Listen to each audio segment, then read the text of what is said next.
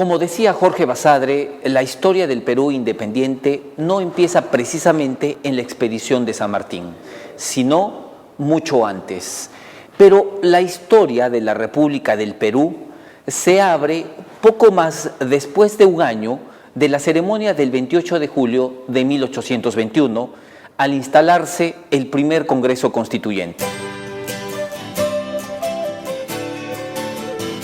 Y desde esa fecha, casi 2 siglos después, mucha agua ha corrido bajo el puente como la historia de nuestro país, envuelta en episodios, algunos dramáticos, otros trágicos, pero también llenos de patriotismo.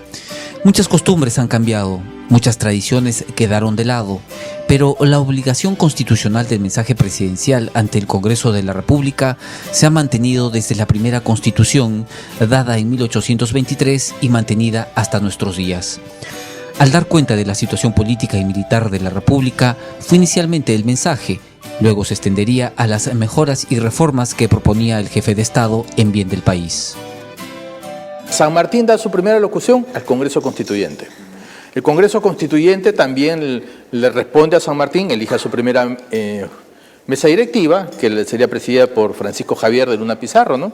Un prominente profesor de matemáticas en Arequipa y arzobispo de Lima, una figura intelectual de gran renombre y un político liberal. Lo interesante de todo esto es que desde entonces, desde la época del Congreso Constituyente, los jefes de Estado vienen a dar cuentas al Congreso de la situación del país, tanto desde el punto de vista de la Hacienda, de las Fuerzas Armadas, de la guerra por la independencia. Hay sesiones públicas, hay sesiones secretas. ¿Y por qué se da esta institución llamada mensaje presidencial? Una de las funciones congresales conocidas, las típicas, son legislar y fiscalizar. Y la otra, la que modernamente tiene más importancia, es la de representar, como una tendencia mundial. La tradición de los mensajes presidenciales al Congreso se remonta a las Cortes de Inglaterra y España. Sin embargo, al igual que las monarquías, la tradición se mantuvo en las repúblicas y más aún en las Américas, o el Nuevo Mundo, siendo el mejor ejemplo los Estados Unidos, cuando en 1790 George Washington leyó personalmente su mensaje anual ante el Congreso. En el Perú, el mensaje del presidente de la República ante el Congreso se ha mantenido como una obligación, señaladas en las más de 10 constituciones políticas que hemos tenido a lo largo de nuestra azarosa historia. El jefe de Estado tiene la obligación de asistir al Congreso a dar cuentas cuando se instala la primera legislatura ordinaria, pero adicionalmente el presidente del Perú, que es el que personifica a la nación, en cualquier momento del año, por cualquier tema que él considere interés nacional, puede venir al Congreso y convocarlo. Esa es una facultad de aquel ciudadano que personifica a la nación. Fernando Ayllón, jefe del Museo del Congreso y la Inquisición, recuerda que antiguamente el mensaje era leído por el presidente de la República, contestado por el presidente del Congreso como una simple cortesía más que un análisis del discurso. Esta respuesta fue una costumbre desde inicios de nuestra vida republicana, pese a que ni la Constitución política ni el reglamento del Congreso obligaba a ello.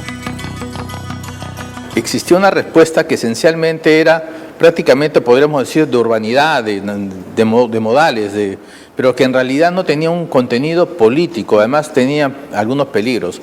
Evidentemente, cuando una persona es elegida presidente del Congreso, se supone que es fruto de respaldo de la mayoría de los parlamentarios.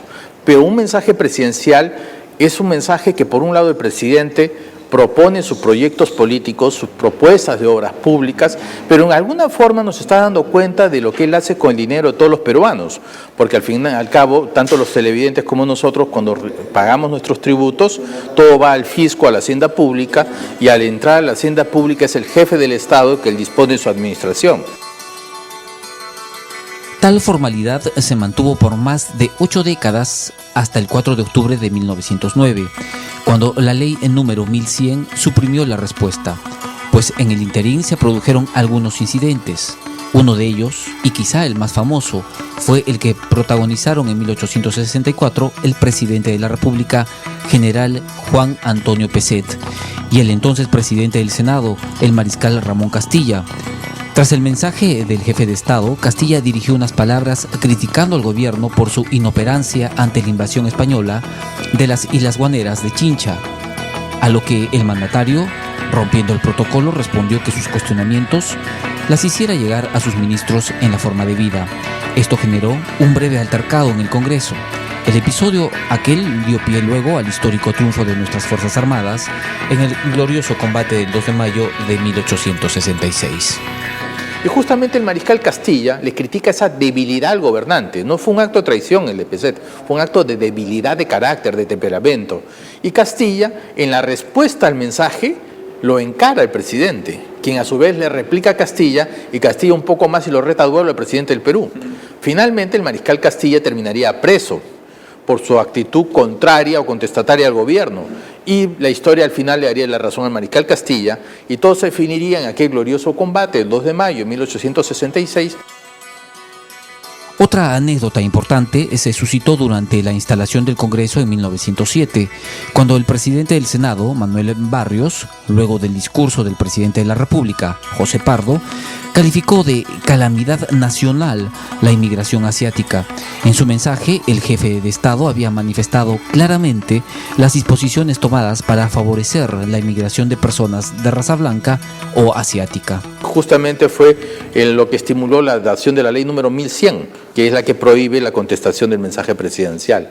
Y además, lamentablemente, a inicios del siglo XX todavía existían prejuicios contra nuestros hermanos peruanos de ascendencia asiática, y lo que se estaba en ese momento estimulando era la inmigración de gente de raza blanca proveniente de Europa, y se objetaba que vinieran más asiáticos, a los cuales eran vistos como una especie de raza inferior. Realmente son los prejuicios lamentables propios de una época, ¿no? Los mensajes presidenciales deben contener los compromisos que el gobernante de turno asume ante la ciudadanía. Constituye un instrumento clave para el conocimiento de los objetivos de cada gobierno. La finalidad de un mensaje no debe consistir únicamente en informar, sino en orientar, en ofrecer a la ciudadanía la posibilidad de interpretar y de juzgar, señala el historiador Fernando Ayllón. Informó Denis Ávila, Congreso Noticias.